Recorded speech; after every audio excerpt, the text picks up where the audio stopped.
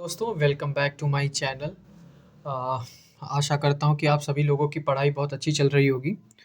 आपने मेरे पहले वीडियो को बहुत अच्छा रिस्पांस दिया है और मैंने जैसे कहा था कि मैं इंडिया ईयर बुक के चैप्टर वाइज उसको कवर करूँगा। तो कुछ लोगों का सवाल था कि क्या हम समरी पढ़ के काम चला सकते हैं इंडिया ईयर बुक को। तो कल मैंने पहले वीडियो में एनालिसिस करके दिखाया कि हर साल कई सारे जो टीचर्स हैं वो समरी कवर करते हैं यूट्यूब पर, लेकिन उन 1.5 घंटे 2 घंटे की समरी में आपको वो 10 क्वेश्चन कहीं भी आपको नहीं मिले होंगे। इसीलिए मैंने इस बार इंडिया ईयर बुक को लेके चैप्टर वाइज वीडियो बनाना शुरू किया है। तो आइए चैप्टर शुरू करते हैं। उससे पहले मैंने आपसे कल बोला था कि कल जो क्वेश्चन कुछ छूट गए हैं मैं धीरे धीरे उनको खोज खोज के लाता रहूँगा और उनको बताऊँगा। देखिए 2020 का एक क्वेश्चन है जो पूछा गया था कि हाल के बीते दिनों में निम्नलिखित में से कौन से कारक कौन सी नीतियां भारत में चावल के मूल्य को प्रभावित कर रही थी। तो ये 4 ऑप्शन दिए थे और उसके नीचे उनका कोड दिया हुआ था। अब देखेंगे कि इंडिया ईयर बुक में ये कहाँ है। तो ये देखिए एग्रीकल्चर करके चैप्टर था, उसमें ये साफ-साफ दिया था कि मूल्य के अतिरिक्त आयोग, माँग और आपूर्ति, घरेलू और अंतर्राष्ट्रीय बाजार की कीमतों की प्रवृत्ति, अंतर फसल मूल्यों में समता, कृषि और गैर कृषि क्षेत्रों के बीच व्यापार की शर्तें और उस वस्तु के एमएसपी का उपभोक्ताओं पर प्रभाव और भूमि तथा जल जैसे प्राकृतिक संसाधनों के समुचित इस्तेमाल का भी ध्यान रखता है। तो ये चीज़ें यहाँ पे साफ-साफ दी हैं, जबकि किसी कोचिंग या नोट्स में उस टाइम वो चीज़ें नहीं दी थी। दरअसल होता क्या है कि इंडिया ईयर बुक में जो क्वेश्चन पूछा जाने वाला होता है वो मतलब रहता है मटेरियल, उस साल की इंडिया ईयर बुक में आपको देखने को मिल जाएगा। लेकिन कोचिंग वाले या जो अदर बुक वाले हैं, जो बहुत फ़ेमस बुक हैं, उनमें क्या होता है कि जब क्वेश्चन यूपीएससी में आ जाता है, तो वो उस क्वेश्चन को अपडेट कर देते हैं। फिर नया स्टूडेंट आता है, वो सोचता है, "अरे यार! ये क्वेश्चन तो इसी किताब से आ गया और पता नहीं लोगों से कैसे नहीं सही होता।" तो कुल मिला के वो हमें बेवकूफ़ बना रहे होते हैं। हमें एक्चुअली ऐसा चाहिए होता है कि क्वेश्चन जो है वो हमारे नोट्स से आ जाए, हमें ऐसे नोट्स प्रोवाइड किए जाएँ, जिनसे हमारा यूपीएससी प्री निकल जाए। ना कि बाद में हम देखें कि अरे! ये कहाँ से आया, उसमें मर्ज था या नहीं मर्ज था। तो रही बात समरी की, तो हमें एक बार ऑफ़िशियल सारा पढ़ लेना चाहिए। उसके बाद हर साल अगर हम समरी के थ्रू भी अपडेट होते रहेंगे, तो हमें कभी भी कोई दिक्कत होने वाली नहीं है।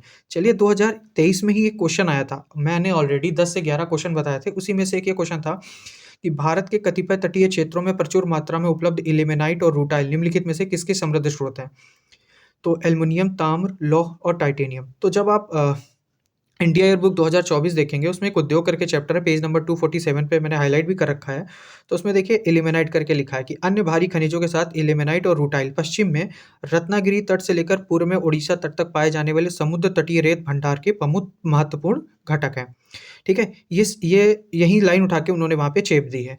अब ऐसा क्या है कि इन्होंने जो खनन वाला जो उद्योग वाला चैप्टर है, जहाँ पे उन्होंने खनन दिए हैं, प्रमुख खनन, उसमें पहले इन्हें एल्युमिनियम, तांबा और लोहा, उसके बाद टाइटेनियम भारी धातु के रूप में दिया है और वहाँ पे आप ये साफ-साफ देख सकते हैं।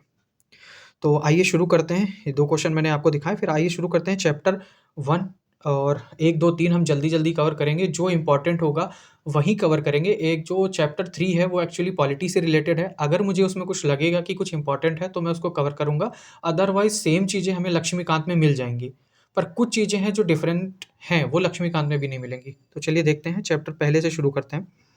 तो पहला चैप्टर है भारत भूमि और उसके निवासी। तो देखिए ये चैप्टर है जहाँ पे हाइलाइटेड पोर्शन है, मैं वो जल्दी-जल्दी पढ़ता जाता हूँ। देखिए पहला दिया है कि भारत का क्षेत्रफल 32,87,263 वर्ग किलोमीटर, इम्पोर्टेंट नहीं है, बस ऐसे मैंने पढ़ दिया है। फिर देखिए अब ये लाइन है, पूरी तरह उत्तरी गोलार्ध में स्थित इसकी मुख्य भूमि की अवस्थिति 8 डिग्री 4 मिनट और 37 डिग्री 6 मिनट अक्षांश उत्तर तथा 68 डिग्री 7 मिनट और 97 डिग्री 25 मिनट देशांतर पूर्व में है। अब इसका विस्तार दिया है और इसकी जो तटरेखा की कुल लंबाई 7,516.6 किलोमीटर है। अब यहाँ बहुत सारे लोग कन्फ्यूज़ हो जाते हैं, लेकिन 28 राज्य और 8 केंद्र शासित प्रदेश हैं। तो मुख्य क्या है कि भारत की मुख्य भूमि 4 भागों, विशाल हिमालय क्षेत्र, गंगा और सिंधु के मैदानी भाग, रेगिस्तानी क्षेत्र और दक्षिणी प्रायद्वीप में बटी हुई है।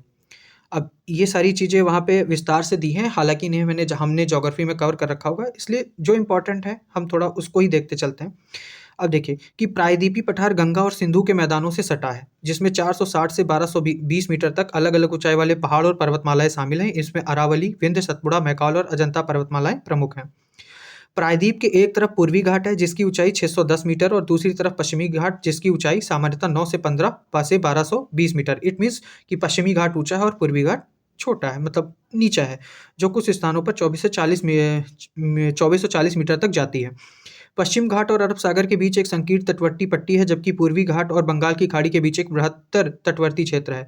पठार का दक्षिणी बिंदु नीलगिरी पर्वतमाला से निर्मित है, जहां पूर्वी और पश्चिमी घाट आपस में मिलते हैं। ये क्वेश्चन यूपीएससी का प्रीवियस ईयर है, जो अभी आजकल हर किताबों में मिल जाता है। अब भूगर्भीय संरचना, तो भारतीय उपमहाद्वीप को 3 क्षेत्रों में वर्गीकृत किया जा सकता है: अतिरिक्तीय प्रायद्वीपीय क्षेत्र, सिंधु गंगा का मैदान तथा प्रायद्वीपीय क्षेत्र। इसमें हम ज़्यादा डिटेल में नहीं जाएंगे, आगे देखते हैं। तो भारत की जो नदी प्रणालियां हैं, इनको 4 समूहों में हिमालयी नदियां, दक्षिणी नदियां, तटवर्ती नदियां और अंतर्देशीय बरसाती नदियों में वर्गीकृत किया जा सकता है। अब मैं भी ये क्वेश्चन पूछ ले कभी कभी, जैसे पूछा है कि हिमालय का जो विस्तार है वो इतने राज्यों में है, तो ऐसे ही एक क्वेश्चन ये आ सकता है कि गंगा नदी कितने राज्यों में है। तो गंगा नदी उत्तराखंड, उत्तर प्रदेश, बिहार, झारखंड और पश्चिम बंगाल राज्यों से होकर गुजरती है। अब ये टॉपिक देखते हैं कि भारत में ब्रह्मपुत्र की जो सहायक नदियों में सुबनसिरी, जिया भरेली, धनसिरी, पुथिमारी, पगलडिया और मानस शामिल है। अब जिया भरेली, धनसिरी, सुबनसिरी ये हमने खूब पढ़ा है, पर पुथिमारी, पगलडिया और मानस भी हमने पढ़ा है, पर पुथिमारी और पगलडिया शायद हमारे लिए नहीं हो सकती हैं। अब ऐसे ही बराक पे यूपीएससी ने क्वेश्चन पूछा है, प्रीवियस ईयर का क्वेश्चन है। अब मेघना की मुख्य धारा के रूप में बराक नदी मणिपुर में पर्वतीय क्षेत्र से शुरू होती है। तो कहाँ है वो? मणिपुर में है। इस नदी की प्रमुख सहायक नदियों में मक्कू, तरांग, तुईहुई, जिरी, सोनाई, रुकड़ी, कटाकल, धालेश्वरी, लांगचिनी, मतुआ और जतिंगा शामिल हैं। फिर आगे देखते हैं। अब ऐसे ही राजस्थान में कुछ ऐसी नदियां हैं जो समुद्र तक नहीं जाती, वे साल्ट लेक में गिरती हैं और रेत में लुप्त हो जाती हैं। इनके अलावा कुछ रेगिस्तानी नदियां हैं जो कुछ दूरी तक बहती हैं और रेगिस्तान में लुप्त हो जाती हैं। नदियां कौन सी हैं? वो लूनी, माचू, रूपेन, सरस्वती, बनास, घग्गर आदि।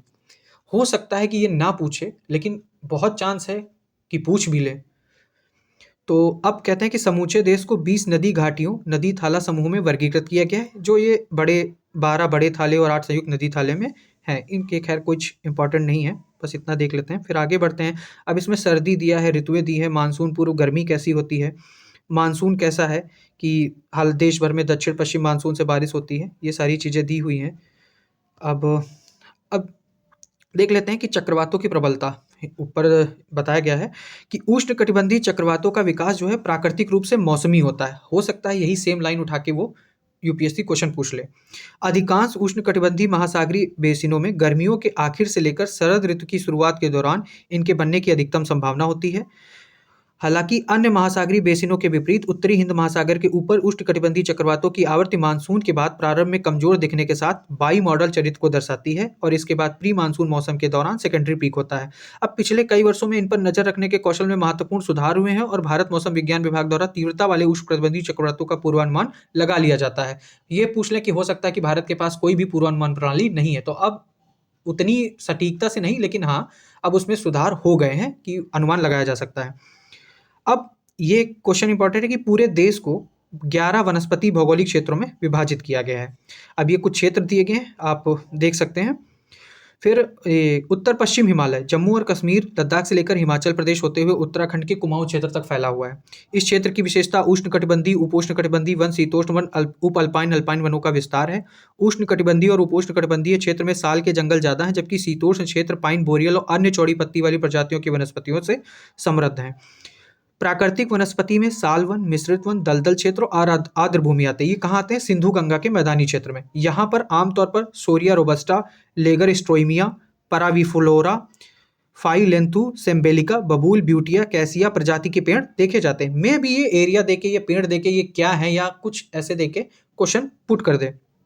अब देखते हैं कि उत्तर पश्चिम हिमालय की तरह फूलों की प्रजातियों में ओक, लॉरेल्स, मेपल, बुरुस, एल्डर और भोज वृक्ष के जंगल आते हैं। यहाँ के वृक्ष पश्चिम की तुलना में छोटे हैं। पूर्वी हिमालय में बर्फबारी और ग्लेशियर कम होते हैं। इस क्षेत्र में प्रमुख वृक्ष प्रजातियां कौन सी हैं? कीकर, अल्बिजिया, एनोगासस, गार्डेनिया, ग्रेविया। फिर आगे बढ़ते हैं। आगे ऐसे ही दिया है जो हमने ज्योग्राफी में कवर कर रखा है, जहां हमें लगेगा मैं फिर से कह रहा हूँ, उसको हम कवर कर लेंगे। अब क्या है कि पूर्वी घाट क्षेत्र में ओडिशा में महानदी डेल्टा से लेकर तमिलनाडु में कन्याकुमारी तट तक की पहाड़ियां और तटीय क्षेत्र शामिल हैं। अब एक टर्म है एथनोबॉटेनिकल। अब एथनोबॉटिकल में भी ये टर्म देकर पूछ ले तो बॉटेनिकल क्या होता है कि पौधों एवं मनुष्यों के बीच का भावनात्मक लगाव तथा उसके महत्व का अध्ययन। तो टर्म देके में भी पूछ ले तो इसका ये होगा कि पौधों मनुष्य के बीच का भावनात्मक लगाव तथा उसके महत्व का अध्ययन। ठीक है। अब जीव संसाधन में आते हैं तो विश्व जैव भौगोलिक वर्गीकरण के अनुसार भारत दो प्रमुख भू क्षेत्रों पेलिया आर्कटिक या पेलिया आर्कटिक तथा इंडो मलायन का प्रतिनिधित्व करता है। 3 बायोम उष्णकटिबंधीय आर्द्र वन, उष्णकटिबंधीय शुष्क वन पर्णपाती वन, गर्म रेगिस्तान आर्द्र रेगिस्तान भू प्राकृति वाला क्षेत्र है।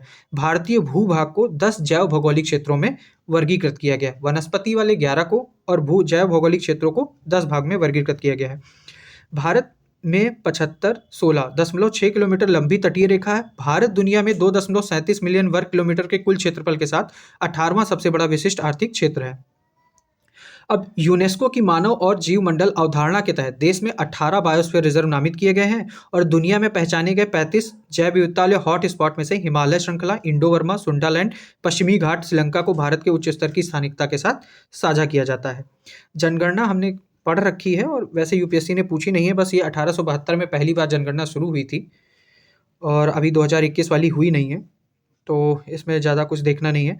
अब प्रजनन और मृत्यु दर देख लेते हैं तो किसी जनसंख्या की प्रजनन दर टोटल फर्टिलिटी रेट एक महिला की पूरी प्रजनन अवधि के दौरान पैदा होने वाले अपेक्षित बच्चों की औसत संख्या को इंगित करता है यदि वह जनसंख्या में आयु विशिष्ट प्रजनन दर के अधीन थी।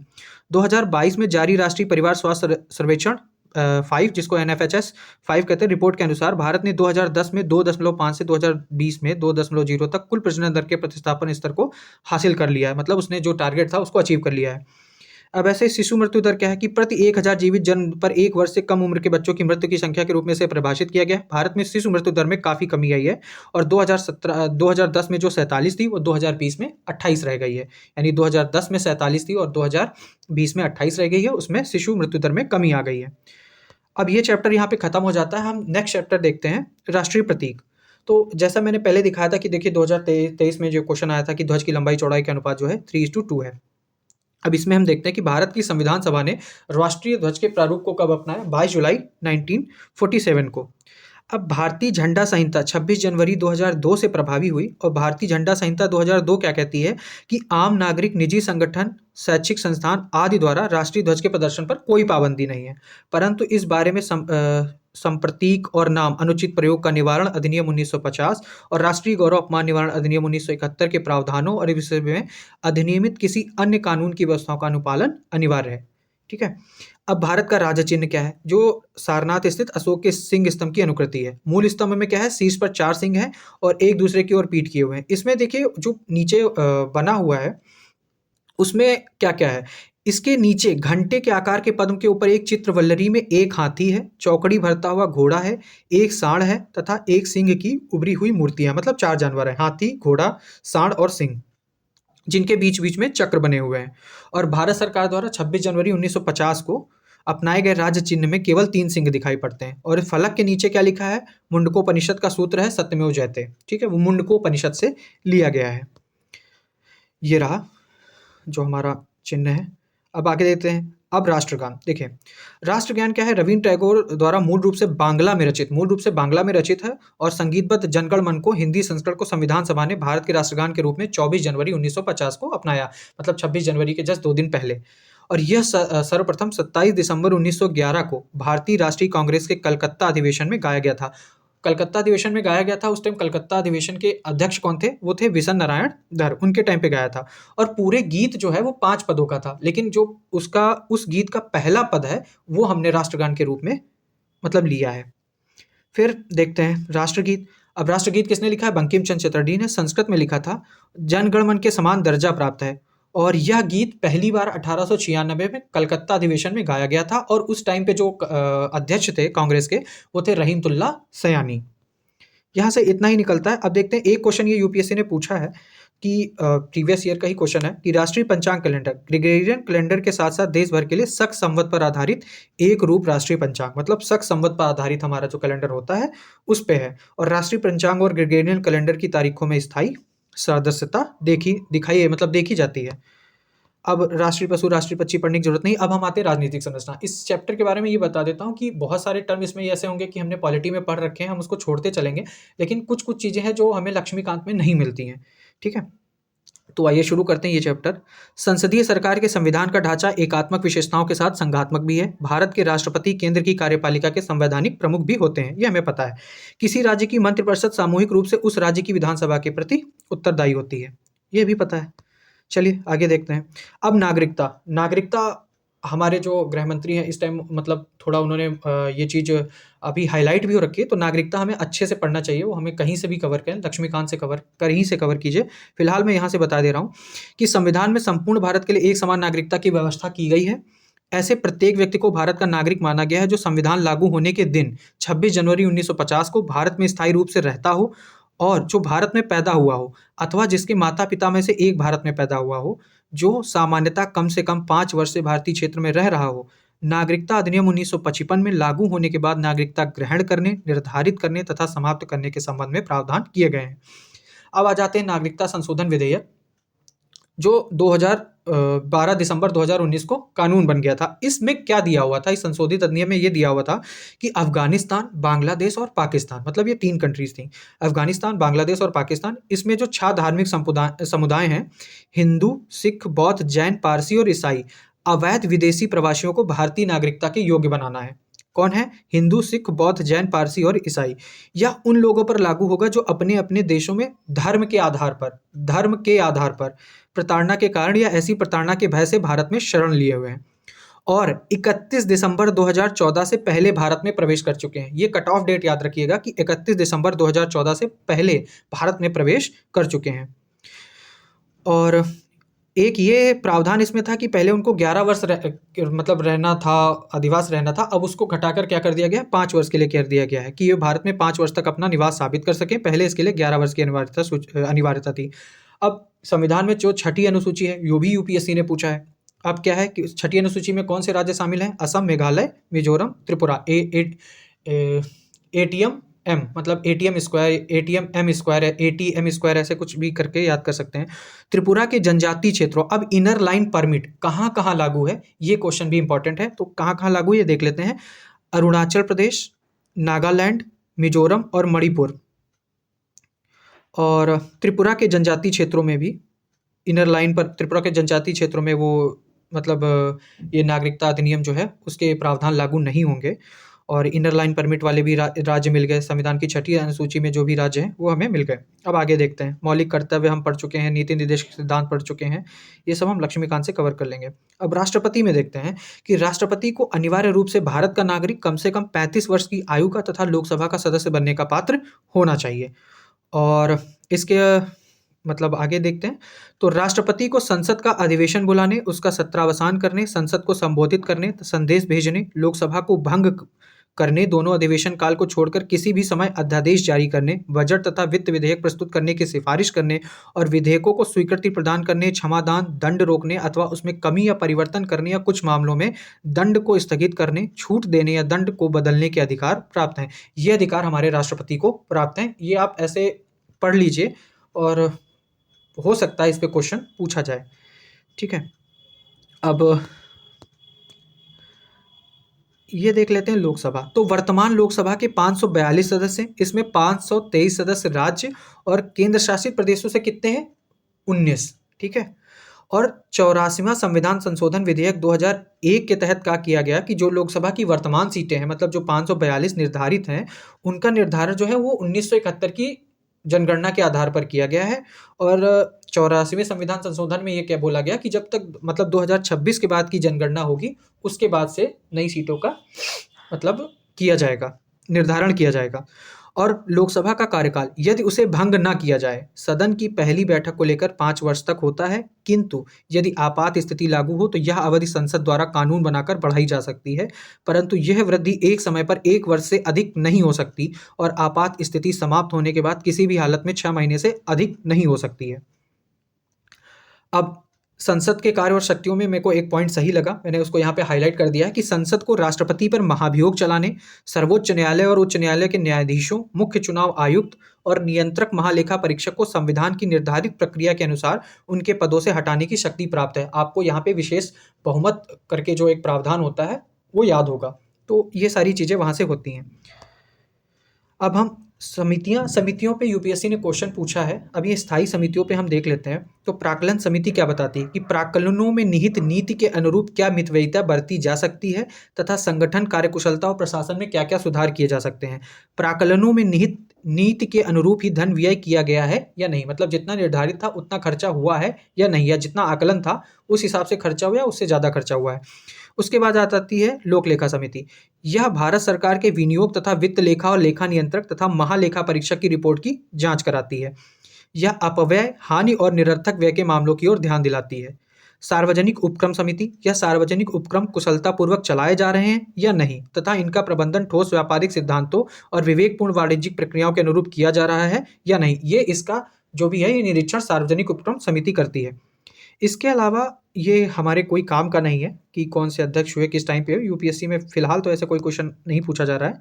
अब ये देख लेते हैं कि कार्य मंत्रणा समिति सदन में पेश किए जाने वाले सरकारी एवं अन्य कार्यों के लिए समय निर्धारण की सिफारिश करती है। गैर सरकारी सदस्यों के विधेयकों तथा प्रस्तावों संबंधी लोकसभा की समिति निजी सदस्यों द्वारा प्रस्तुत गैर सरकारी विधेयकों का वर्गीकरण एवं उनके लिए समय का निर्धारण करती है। निजी सदस्यों द्वारा पेश प्रस्तावों पर बहस के लिए समय का निर्धारण करती है और लोकसभा में निजी सदस्यों द्वारा पेश किए जाने से पूर्व संविधान संशोधन विधेयकों की जांच करती है। राज्यसभा में इस प्रकार की कोई समिति नहीं होती है। ये एक महत्वपूर्ण चीज़ थी इस टॉपिक में। अब आगे देखते हैं कि युवा संसद प्रतियोगिता, विपक्ष का नेता, ये सारी चीज़ें हमें लक्ष्मीकांत में मिल जाएंगी। अब नियम 377 कभी कभी न्यूज़पेपर में बहुत हाईलाइट रहता है, तो एक बार यहाँ से हम पढ़ लेते हैं कि संसदीय कार्य मंत्रालय लोकसभा में कार्यविधि और कार्यवाही के संचालन संबंधी नियमों के नियम 377 और राज्यसभा में विशेष उल्लेख के अंतर्गत उठाए गए विषयों पर अनुवर्ती कार्रवाई करता है। संबंधित मंत्री से अपेक्षा की जाती है कि वे संबंधित सदस्यों को यथाशीघ्र उत्तर भेज दें, अधिमान्यता 1 महीने के भीतर, मतलब टाइम लिमिट है यहाँ पे 1 महीने के भीतर। और सदस्यों को इस नियम के अंतर्गत यह मुद्दा उठाने के लिए महासचिव को निर्धारित प्रपत्र में नोटिस देना और विशेष उल्लेख का मूल पाठ संलग्न करना होता है, जिसमें कुल शब्द 250 से अधिक नहीं होने चाहिए। जब तक अध्यक्ष निर्देश न दे, कोई भी सदस्य सप्ताह के दौरान एक से अधिक मुद्दा नहीं उठा सकता और एक दिन के स्वीकार किए जाने वाले विशेष उल्लेखों की कुल संख्या सामान्य रूप से अधिक नहीं होनी चाहिए। अब सलाहकार समितियां क्या है, ये देखते हैं कि विभिन्न मंत्रालयों के लिए संसद सदस्यों की सलाहकार समितियों का कामकाज भारत सरकार नियम 1961 के तहत संसदीय कार्य मंत्रालय को आवंटित कार्यों में से एक है। संबंधित इसमें क्या होता है सलाहकार समिति में कि संबंधित मंत्रालय के प्रभारी मंत्री, राज्य मंत्री उस मंत्रालय से जुड़ी सलाहकार समिति के अध्यक्ष के रूप में कार्य करते हैं। एक सलाहकार समिति में न्यूनतम सदस्य संख्या 10 और अधिकतम सदस्य 30 होते हैं। प्रत्येक लोकसभा के भंग होने पर सलाहकार समिति भंग हो जाती है और प्रत्येक लोकसभा के गठन पर इसका पुनर्गठन किया जाता है। अब देख लेते हैं राष्ट्रीय ई विधान आवेदन। अब हर चीज़ डिजिटल की जा रही है, तो ये शायद हो सकता है कि ये इंपॉर्टेंट हो जाए, तो देख लेते हैं कि राष्ट्रीय ई विधान एप्लीकेशन NEVA ई विधान मिशन मोड परियोजना का एक महत्वपूर्ण घटक है और NEVA one nation one application सिद्धांत द्वारा निर्देशित है। इसकी मतलब क्या परिणाम निकलेंगे, इसलिए इसकी परिकल्पना की गई है, ये देख लेते हैं। हो सकता है यही सेम कोड में देके आपसे ये क्वेश्चन पूछा जाए। तो इसमें शामिल हैं सभी सदस्यों की सीटों पर डिस्प्ले उपकरणों के माध्यम से ई बुक प्रारूप में सदन के कागजात वितरित करना, विधायी दस्तावेजों तक कुशल पहुंच सुनिश्चित करना, मंच नागरिकों के साथ तेजी से संचार की सुविधा प्रदान करना, त्वरित शिकायत निवारण सुनिश्चित करता है और सार्वजनिक सेवा वितरण में सुधार करता है। NEVA विधायी सेवाओं और सूचना वितरण में पारदर्शिता में योगदान देता है, शासन में खुलेपन को बढ़ावा देता है। तो ये सारी चीज़ें यहाँ से मिल जाती हैं। अभी महिला आरक्षण हाल ही में हुआ है, तो ये देख लेते हैं कि 106वां संविधान संशोधन अधिनियम है और ये 126वां शायद संविधान संशोधन विधेयक था जो 106वां संविधान संशोधन अधिनियम बन गया है। इसमें क्या कहा गया है कि संसद, राज्य विधानसभा और राष्ट्रीय राजधानी क्षेत्र दिल्ली की विधानसभा में महिलाओं के लिए 1/3 सीटों के आरक्षण का मार्ग प्रशस्त हो गया है और 33% कोटा के भीतर अनुसूचित जाति और अनुसूचित जनजाति समुदायों के लिए उप आरक्षण होगा। इसमें यह प्रावधान दिए गए हैं, मे भी यहाँ से क्वेश्चन पूछ लिया जाए और इसमें आप ज़्यादा डिटेल अभी करंट अफेयर्स मैगजीन वगैरह में पढ़ पाए होंगे। अब देख लेते हैं कैग में दरअसल जो यहाँ पे जानकारी दी गई है वो नॉर्मली हमें लक्ष्मीकांत में उतनी डिटेल में नहीं मिलती है जितना इसमें दिया हुआ है डिटेल में, और कैग पर यूपीएससी ने क्वेश्चन पूछा भी है। तो आइए देख लेते हैं कि क्या। तो भारत के संविधान के अनुच्छेद 148 से 151 विधायी जवाबदेही की श्रृंखला में भारत के नियंत्रक और महालेखा परीक्षक के लिए अद्वितीय भूमिका सुनिश्चित करते हैं। अनुच्छेद 148 और 149 के अंतर्गत अधिनियमित सीएजी अधिनियम 1971 राज्य सरकार के खातों के संकलन का प्रावधान करता है। मतलब केंद्र के साथ राज्य के खातों का भी वो निरीक्षण करेगा। सीएजी यह भी सुनिश्चित करता है कि ऐसे खातों को राष्ट्रपति, राज्यों के राज्यपालों और केंद्रशासित प्रदेशों की विधानसभाओं के प्रशासकों के समक्ष प्रस्तुत किया जाए। अब क्या क्या करता है ये देख लीजिए। संघ और राज्य सरकारों की संचित निधि में देय सभी प्राप्तियां और व्यय देखता है। सामान्य बजट के बाहर आपात स्थिति में सभी वित्तीय लेन देन देखता है। केंद्रीय और साथ ही राज्य स्तर पर न्यासी या बैंकर के रूप में सरकार द्वारा आयोजित जनता के निजी धन का अंतर्वाह और बहिर्वाह, किसी भी सरकारी विभाग में रखे गए सभी व्यापार, निर्माण, लाभ, हानि खाते, बैलेंस शीट और सहायक खातों का लेखा परीक्षण करता है।